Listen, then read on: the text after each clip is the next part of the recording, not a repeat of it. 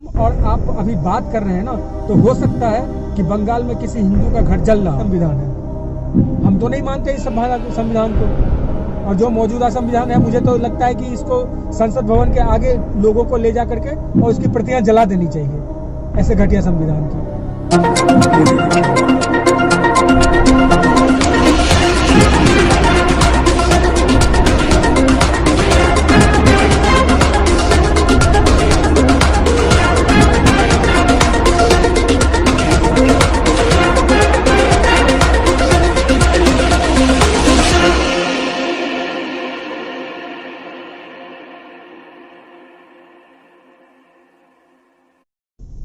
नमस्कार, मैं अनूप कुमार। आज हमारे साथ है कृष्णा भारद्वाज। आज हम इनसे बात करेंगे कि भारद्वाज जी, जगह जगह गायें कटी हुई दिख रही हैं। गाजियाबाद में देखने को मिला है और अलीगढ़ में भी देखने को मिला है कि हिंदू के पलायन के बोर्ड लगे हुए हैं। अगर हिंदूवादी सरकार होने के साथ साथ फिर ऐसी घटनाएं देखने को मिल रही हैं, तो आपको क्या लगता है कि देश किस दिशा में जा रहा है?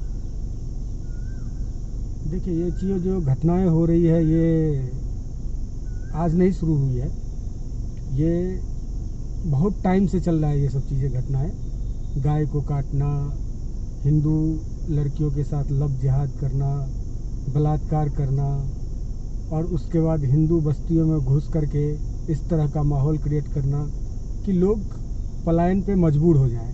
आपको याद होगा कि मुजफ्फरनगर में भी ऐसी घटनाएं हुई थी।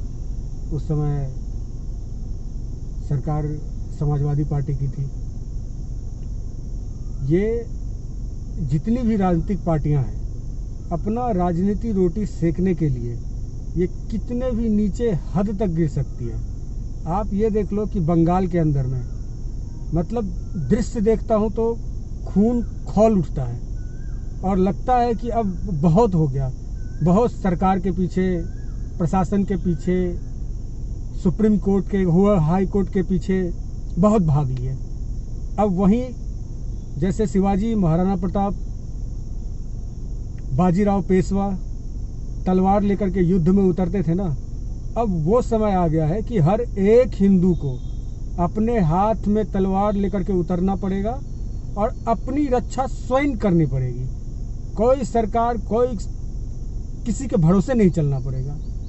क्योंकि देखिए, हम न्यूज़ में देखते हैं, पेपर में देखते हैं, आज ये घटना हुई, कल ये घटना हुई, और न्यूज़, बुरा मत मानिएगा, आप भी न्यूज़ चैनल से हैं, लेकिन आप हर मुद्दे को इसलिए उठाते हैं कि आप अभी थोड़ा सा छोटे स्तर पे चल रहे हैं इसलिए। लेकिन जो बड़े बड़े मीडिया हाउस हैं वो बिके हुए हैं, उनके एजेंडे चलते हैं। आज तक का कुछ और एजेंडा चलता है, एबीपी न्यूज़ का कुछ और एजेंडा चलता है। हर जितना भी मीडिया हाउस, मैं तो खुलेआम बोल रहा हूँ, सब एजेंडे पे काम करते हैं। क्यों नहीं दिखाते हैं ऐसे घटनाओं को? वो क्यों नहीं दिखाते हैं? बंगाल में इतना बड़ा त्रासदी हुआ, एक मतलब लड़की के साथ 50 लोगों ने बलात्कार किया और उसका हत्या कर दिया गया। किसी राजनीतिक पार्टी का, कोई भी एक राजनीतिक पार्टी का जो व्यक्ति है, उसका जिस तरह से विरोध करना चाहिए, कुछ ने तो बोला ही नहीं। और एक आज जिसको हम मानते हैं कि हिंदू विषय पे चर्चा करते हैं या बात करते हैं, या हिंदूवादी संगठन अपने आप को हिंदूवादी पार्टी बोलते हैं, उन लोगों ने उनसे जो उम्मीद थी, जो त्रासदी हुई है, इसका जिम्मेदार आप किसको मानते हो? देखिए, सबसे पहला जिम्मेदार तो मैं इसमें जनता को ही मानता हूँ। जनता को बुरी लगे या अच्छी लगे, उससे हमें कोई मतलब नहीं है। जनता को मानता हूँ कि जनता कैसे इस तरह के लोगों को चुनती है और इस तरह के लोगों के पीछे अपना समर्थन देती है, सब कुछ जानते हुए, पहचानते हुए कि जब तक चुनाव है तब तक ये खेल खेला जा रहा है। चुनाव खत्म हो जाएगा, हमारा खेल खत्म हो जाएगा, हमें कोई पूछने के लिए नहीं आएगा। और यहाँ तो बंगाल में तो चुनाव से पहले भी हत्याएं हुई, लूट हुई, बलात्कार हुई, घर जलाए गए, चुनाव के समय भी जलाए गए और चुनाव के बाद भी। और जब हम और आप अभी बात कर रहे हैं ना, तो हो सकता है कि बंगाल में किसी हिंदू का घर जल रहा हो, किसी महिला के साथ बलात्कार हो रही हो, उठा करके हिंदू लड़कियों को रात भर ले जाते हैं, सुबह को छोड़ देते हैं। कौन बोलने वाला है? कोई नहीं बोलने वाला है। सांप सूंघ गया है। यूपी में भी तो देखने को मिल रही है। बिल्कुल देखने को मिल रही है, बिल्कुल देखने, आपकी सही बात है। यूपी में भी ये देखने, मैं किसी एक पार्टी के समर्थन में नहीं बोलूंगा या जैसे व्यक्ति भाजपा है, भाजपा कहते हैं कि बंगाल में टीएमसी जो है ये सब कांड करवा रही है, जो दंगे है टीएमसी ने स्वयं करवाए हैं। तो जीतने वाली पार्टी कभी चाहेगी कि मेरे राज्य में दंगे हो, मेरी छवि खराब हो। ठीक है, चलो टीएमसी ने स्वयं करवाए, तो टीएमसी ने अगर स्वयं करवाए तो भारतीय जनता पार्टी की सरकार केंद्र में है, पूर्ण बहुमत के साथ है, पूर्ण बहुमत के साथ। ऐसा बहुमत आज तक किसी पार्टी को नहीं मिला होगा जितना पूर्ण बहुमत के साथ बीजेपी आई है। उसका हाथ किसने बांध रखा है बीजेपी का? कार्रवाई क्यों नहीं करते हो? देश का कौन सा ऐसा प्रधानमंत्री हुआ जिसने राष्ट्रपति शासन नहीं लगाया हो? ऐसी स्थिति में आकर के अंधा बहरा काना कोड़ा, मतलब कुछ भी। ये है कि सुप्रीम कोर्ट देख लो, हाई कोर्ट देख लो, ये स्वतः संज्ञान लेने वाले आतंकवादियों के लिए 12 बजे रात में कोर्ट खोलते हैं, 12 बजे रात में ये सुनवाई करते हैं। शर्म नहीं आती इनको? इनको डूब मरना चाहिए जो ये कोर्ट में जज बन करके बैठे हुए हैं, और जो ये अपने आप को हिंदूवादी पार्टी करते हैं उनको तो और ज्यादा डूब मरना चाहिए। किसी उम्मीद के साथ जनता ने वोट दिया था। जैसे हिंदूवादी संगठन है, आरएसएस हो गया, विश्व हिंदू परिषद हो गया, ये चुनावों से पहले कहते थे कि हिंदुत्व की सरकार लाओगे तो गौ हत्या पर पूर्ण प्रतिबंध लगा दिया जाएगा, लेकिन अब कोई भी कुछ बोलने को तैयार नहीं है, जबकि विश्व में गौमांस के निर्यात में भारत नंबर 1 पे आ गया है। सत्ता के लिए इस्तेमाल किया जाता है आम जनता का। बेवकूफ कौन है? आम जनता बेवकूफ है।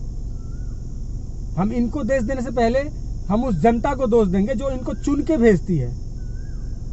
हालांकि लोग हमारे देश में लोग भावनात्मक लोग हैं, धर्म के बारे में सोचते हैं, देश के बारे में सोचते हैं, जुड़ जाते हैं, उम्मीद होती है कि इनको हम वोट देंगे तो ये कुछ तो करेंगे। हालांकि ऐसा नहीं है कि बीजेपी कुछ कर नहीं रही है, कर रही है बीजेपी, लेकिन जिस स्तर पे करना चाहिए था उस स्तर पे नहीं कर रही है। देखने को मिला बीजेपी करे जहां भी चुनाव हारी, जैसे दिल्ली में हारी तो उससे के तुरंत बाद दंगे शुरू हो गए, अब बंगाल में हारी तो तुरंत बाद दंगे शुरू हो गए, हो सकता है कि यूपी में हारे तो फिर दंगे शुरू हो जाए।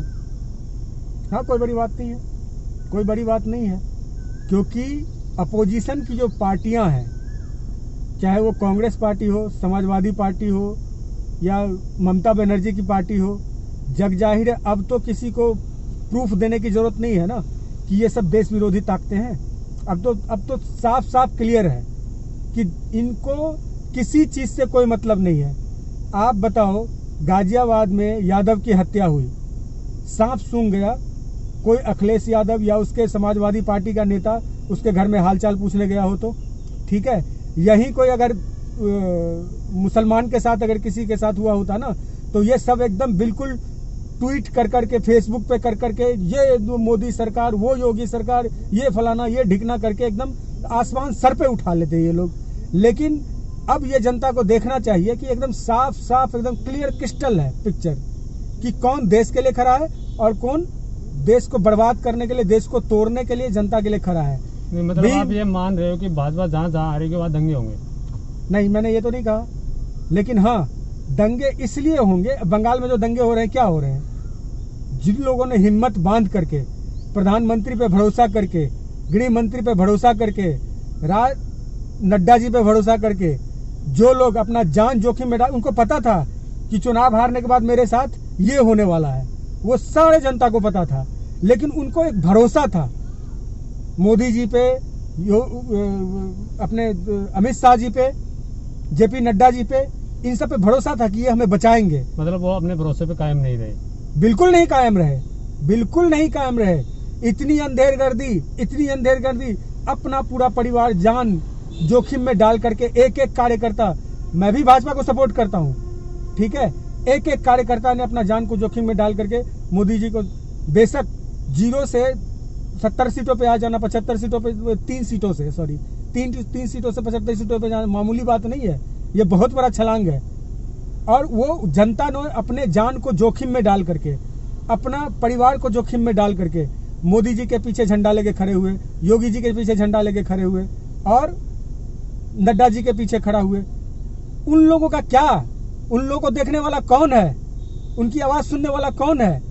मतलब इस तरीके से हो चुका है कि मैं अभी फिर से दोहरा रहा हूं कि जब हम आप मेरे से आप इंटरव्यू ले रहे हैं, मैं बोल रहा हूं, उस समय भी बंगाल में किसी हिंदू की हत्या हो रही होगी, उस समय भी किसी बहन बेटी की इज्जत लूटी जा रही होगी, लेकिन कोई न्यूज चैनल, कोई राजनीतिक पार्टी, कोई जज, कोई सुप्रीम कोर्ट, कोई सबके मुंह बंद है, टेप चिपके हुए हैं। डूब मरना चाहिए। हाल ही में घटना गाजियाबाद में भी देखने को मिली है कि एक गांव में, पूरे गांव में दहशत का माहौल, हिंदू पलायन के बोर्ड लगे हुए हैं कि घर बिकाऊ है, गाय एक दिन में 20-20 गायें कटी हुई मिल रही हैं, लेकिन यहाँ भी तो सरकारें कुछ नहीं बोल रही हैं, बल्कि यहाँ की सरकार तो एक हिंदूवादी सरकार है, राम राज्य की बात करती है। यही तो तकलीफ की बात है, यही तो दुख की बात है।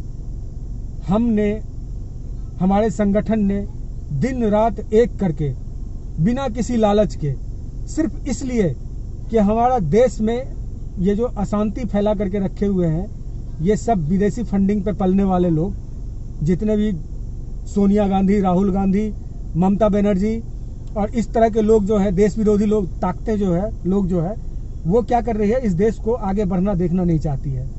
इनका सारा एजेंडा सिर्फ एक ही बात पे जाकर के अटक के फोकस करता है कि मोदी हटाओ।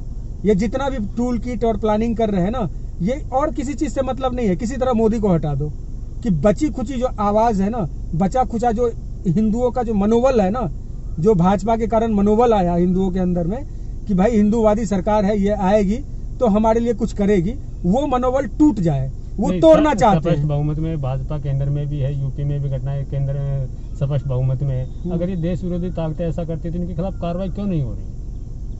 इसमें कहीं ना कहीं सरकार की तो कमियां है। बिल्कुल कमी है सरकार की, इनको करनी चाहिए कार्रवाई, या फिर इन्हीं के कोई नुमाइंदे। यूपी में नेता होना चाहिए। हमारे माननीय कल्याण सिंह जी थे, ठीक है, केंद्र ने, विपक्षी पार्टियों ने, सब ने जोर लगा दिया, अगले बंदे ने अपना काम कर दिया और बोल दिया मैंने किया, लो मुझे मुख्यमंत्री पद से हटाना, हटा दो। नेता होना चाहिए ऐसा जो ठोक के बोले, ऐसा नहीं कि मुंह से बोलते हैं 56 इंच और 12 इंच का भी सीना नहीं दिखाने की रखते हैं हिम्मत। एक तरफ भाजपा ढिंडोरा पीटती, ढोल बजाती है कि यूपी में योगी के राज में राम राज्य आया है, और दूसरी तरफ आज 2 दिन से खबरें देखने को मिल रही हैं कि योगी जी को सीएम पद से हटाया जा रहा है। ऐसा अगर योगी के राज में राम राज आए तो सीएम पद से क्यों? नहीं, देखिए ऐसा है, अगर योगी जी को हटाने की बात अगर चल रही है, मेरी जानकारी में ऐसा कुछ नहीं है, तो ये तो बहुत ही गलत बात है, क्योंकि योगी जी जिस तरीके से काम कर रहे हैं, शायद ही उत्तर प्रदेश का ऐसा कोई मुख्यमंत्री होगा जो जिसने ऐसा काम किया होगा। देखो, हर कोई अपने आप में 100% परफेक्ट नहीं है, इतना बड़ा प्रदेश है, सबसे ज्यादा जनसंख्या जो है उत्तर प्रदेश की है, और सबसे ज्यादा लोकसभा विधानसभा की सीटें हैं, ज्यादा से ज्यादा क्षेत्रफल है, इसको कंट्रोल करना, और इतने ढंग से, सही तरीके से योगी जी अपने विरोधियों के भी गांव में जा रहे हैं, वहां के प्रधानों से भी पूछ रहे हैं, निचले स्तर के लोगों से पूछ रहे हैं कि बताइए आपको क्या समस्या है, हमारी तरफ से क्या मदद चाहिए। उन्होंने खास करके शासन, प्रशासन और राज्य का संचालन जिस तरह से किया है, देखिए हर कोई हर किसी के लिए अच्छा नहीं हो सकता है, लोग आपके लिए बुरा भी बोलते हैं, आपके लिए अच्छा भी बोलते हैं, लेकिन जिस पार्टी के लिए वो काम कर रहे हैं उसके लिए तो वो अच्छे होंगे ना, लेकिन तो उसके अलावा उसके लिए अगर वो अच्छे हैं तो फिर क्यों हटाए जा रहे हैं? देखिए बात वही आ जाती है ना, राजनीति आ जाती है, बात वोट बैंक की आ जाती है, ठीक है, वहां पे फिर काम धाम सब फेल हो जाता है कि आपने कितना अच्छा काम किया है, कितना वो चीज किया है। जब यहाँ पे, जब यूपी में, बिहार में, इन सब में क्या होता है, हावी है, जातीय राजनीति बहुत ही हावी है। अब आपने बंगाल में भी देख लिया होगा, इतना हावी है कि कांग्रेस पार्टी अपने आप को जीरो पे लाने के लिए तैयार है, अपना सब कुछ करने के लिए तैयार है। और मतलब ऐसा होता है ना कि जैसे शादी होता है, किसी के घर लड़का हो गया तो वहां पे छक्कों का काम क्या होता है, जाकर के ताली बजाना, समझ गए, तो वो किसी के घर में भी हो, वो वहां पे जाके ताली बजाएगा। अब इनका कांग्रेस का एक मानसिकता है कि किसी तरह बीजेपी की, मोदी की गवर्नमेंट हट जाए, ठीक है, उसके लिए उसको मतलब थूक के भी चाट रहा है, और जो नहीं करना चाहिए वो कर रहा है। उसका अपना अध्यक्ष बंगाल का, उसने बयान दिया कि हम तो कहीं के भी नहीं रहे, न राज्यसभा के रहे, न लोकसभा के रहे, न कहीं के भी नहीं रहे। वो मतलब उस देश को तोड़ने के लिए उसको जिस हद तक जाने पड़ सकती है उस हद तक जाएगा वो। जो योगी आप कहते हैं कि यूपी में योगी जी रामराज लेके आए हैं, ऐसे रामराज में गंगा में तैरती हुई लाशें मिल रही है, गंगा के तट पे दफनाए हुए लोग दिखाई दे रहे हैं जिनके ऊपर भगवा चोला उड़ दिया गया है। कुछ दिन बाद वो फोटो वायरल होती है कि यहाँ भगवे चोला उड़े हुए कुछ लोग दफनाए गए हैं। कुछ लोग आते हैं और वो सारे भगवा कपड़ा उनके ऊपर से उठा लिया जाता है। तो ये किस प्रकार की राजनीति चल रही है? बिल्कुल, इससे देखो तो वो चोला हटाने से अच्छा तो उनको अंतिम संस्कार करना था। नहीं, ये आपको पता है इतनी नीचता तक कांग्रेस और विपक्षी पार्टी मतलब गिर चुके हैं कि जहां से बात तो वही आती है ना, वो नहीं आप देखो ना कफन का रंग कब भगवा आपने देखा है? कहाँ देखा है कि भगवे रंग में कफन में लपेट करके और उसके दाह संस्कार होता है? कहीं देखा है आपने? जो बात तो वही आती है ना, वो अपनी नीचता पे उतरे हुए हैं, लेकिन उन लोगों पे कार्रवाई क्यों नहीं कर रही है? लाश पे जो कफन होती है वो हमेशा सफेद होती है। ये गवर्नमेंट को बदनाम करने के लिए जो लावारिस पड़ी हुई लाशें थी जिनका कोई लेने वाला नहीं था, उन लाशों को विपक्षी पार्टियों ने खरीदा है, बाकायदा खरीद करके उसके ऊपर में भगवा रंग डाला है और भगवा रंग डाल करके नदी में तैराया है, इसको एक मुद्दा बनाने के लिए कि देखो ये क्या हो रहा है। तो जनता आज की डेट में देखो, जनता आज की डेट में बहुत समझदार हो गई है। कितना भी खेल खेलोगे ये लोग सब नंगे हो चुके हैं, ठीक है।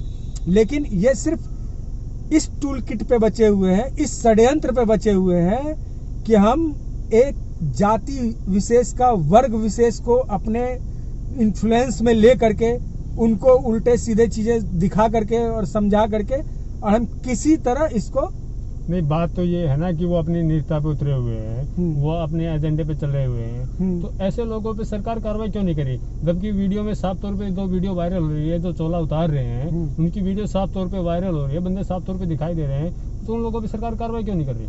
मैं तो पहले ही आपको कह चुका हूँ कि सरकार को कार्रवाई करनी चाहिए, चाहे वो यूपी हो या बंगाल हो या राजस्थान हो या कोई भी प्रदेश हो। अगर गलत चीज हो रहा है तो सरकार को कार्रवाई करनी चाहिए। पूरी देश की जनता सरकार के साथ है, इतना बड़ा मेजोरिटी सरकार के साथ है।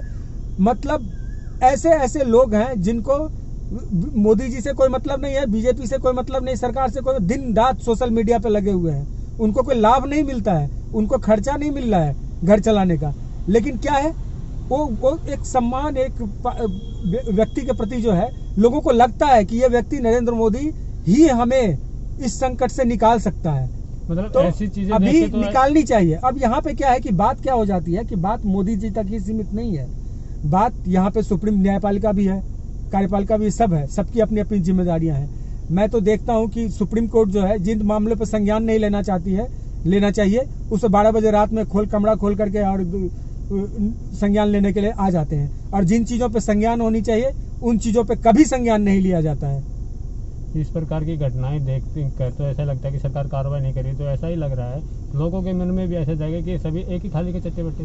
कार्रवाई नहीं करने का कारण ये लोगों को भी समझ में आ रहा है कि कहाँ पे क्या चीज़ है। देखिए, हमारे देश में क्या है, हमारे देश में प्रजातंत्र है, प्रजा सबसे ऊपर। लोगों को समझ में आ रहा है, इसका मतलब ये तो नहीं ना कि इस प्रकार के लोगों को खुला छोड़ दिया जाए। नहीं, लोगों को समझ में आ रहा है, जिसको समझ में आ रहा है। अब तो सीधा सा कहानी है कि लोग सड़क पे उतरे, लोग सड़क पे उतरे। मैंने क्या कहा था कि हिंदू को बचना है तो खुद अपने आप को अब बचाए। ये मत सोचे कि कोई ये मतलब महाभारत का जमाना है कि चीर हनन हो रहा है तो कृष्ण भगवान प्रकट होंगे और वो बचा लेंगे। ऐसा कुछ नहीं होने वाला है। कोई सरकार हो, कोई कुछ हो, कोई बचाने, लोगों को अपनी रक्षा, अपनी सुरक्षा खुद करनी पड़ेगी। यही आज की मांग है। जनता को समझना चाहिए कि जनता से बड़ा इस देश में कोई नहीं है, ना कोई राष्ट्रपति है, ना कोई प्रधानमंत्री है, ना कोई सुप्रीम कोर्ट है, कोई भी नहीं है। जहां पे जनता खड़ी हो जाएगी वहीं से सारा न्याय शुरू हो जाएगा। मतलब जो भी घटनाक्रम चल रहे हैं, आपसे आखिरी सवाल, जो भी घटनाक्रम चल रहे हैं, इसका आप घुमा फिरा के तो जवाबदारी दे रहे हैं कि इसका जो जिम्मेदार है वो जनता है। बिल्कुल बिल्कुल जनता जिम्मेदार है। आप ऐसे लोगों को क्यों चुनते हो भाई? आपको पता है बंगाल में इलेक्शन हुआ, आपको पता है कि ममता बनर्जी की ऐसी सरकार है, हिंदू विरोधी सरकार है, जो मूर्ति विसर्जन नहीं करने देती है, पूजा पाठ नहीं करने देती है, और इलेक्शन से पहले भी वो हिंदुओं को मरवा रही थी। टीएमसी के कार्यकर्ता बम के गोले दाग रहे थे, ठीक है। उसके बाद मतलब बलात्कार हो रही थी, हत्या हो रही थी, हर चीज हो रही थी, और इलेक्शन के दौरान भी हुई, तो फिर किस बिना पे आपने उस नेता को चुन लिया? हिंदू बहुल क्षेत्र से एक मुस्लिम नेता वहां पे इलेक्शन जीत करके जाता है, वो मुस्लिम नेता जिसने दुर्गा पूजा का विसर्जन रुकवाया था, वो मुस्लिम नेता जो जीतने के तुरंत बाद मंदिर को उसमें मजार में तब्दील कर दिया। तो ये जनता की गलती नहीं है तो और किसकी गलती है? चंद पैसों के लालच में आकर के या चंद किसी चीज के लालच में आकर के आप अगर गलत लोगों को वोट दे रहे हो तो भुगतो परिणाम। आई तो थी बचाने के लिए, तो जो पार्टी आई थी बचाने के लिए उसको तो आपने समर्थन दिया नहीं, और दिया तो आधा अधूरा समर्थन दिया। क्या कर ले? केंद्र में दे रखा ना स्पष्ट समर्थन। केंद्र क्या? केंद्र सरकार में स्पष्ट समर्थन दे रखा ना। नहीं, किसको समर्थन देखा है? भाजपा को केंद्र में स्पष्ट बहुमत से बना रखा है। देखिए जहाँ पे देखिए अब अगर वहाँ गलत हो रहा है, इस प्रकार का गलत हो रहा है, तो राष्ट्रीय शासन लागू करके कार्रवाई करें। एक्चुअली क्या है, आपको समस्या की जड़ में जाना पड़ेगा। मोदी जी को दोष देने से और या फिर योगी जी को दोष देने से या फिर किसी को दोष देने से आपको ये समझना होगा कि हमेशा सारी पार्टियां उठ के खड़ी हो जाती है, बोलती है कि देश तो संविधान से चलेगा। तो सबसे बड़ा प्रॉब्लम जो है वो उस देश के संविधान में है, जहां पे मेजर प्रॉब्लम है, सबसे बड़ा मेजर प्रॉब्लम है।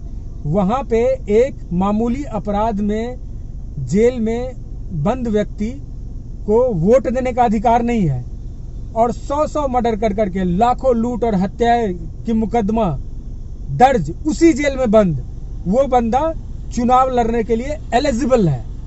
ठीक है, एक आईएएस ऑफिसर बनने के लिए कितना मेहनत करना पड़ता है, कितनी आंखें फुड़वानी पड़ती है, तब जाकर के बंदा एग्जाम करके दिन रात मेहनत करके आईएएस ऑफिसर बनता है। और उस पर शासन कौन चलाता है? एक 5वीं फेल व्यक्ति। समझ गए?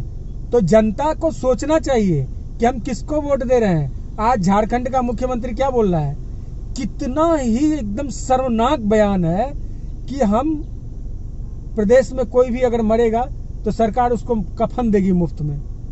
डूब मरो तुम मुख्यमंत्री क्या, तुम तो मतलब सफाई कर्मचारी बनने के लायक नहीं हो। तुम सफाई कर्मचारी के अंदर में भी इतनी उसके अंदर में आत्मीयता होती है कि वो कोई डूब रहा होगा तो मरता है, अगर जानवर होता है तो मरते को बचा लेता है। तुम तो जानवर से भी गिरे हुए हो गए हो। तुम मुख्यमंत्री सुरक्षा आप किसी लायक ही नहीं हो।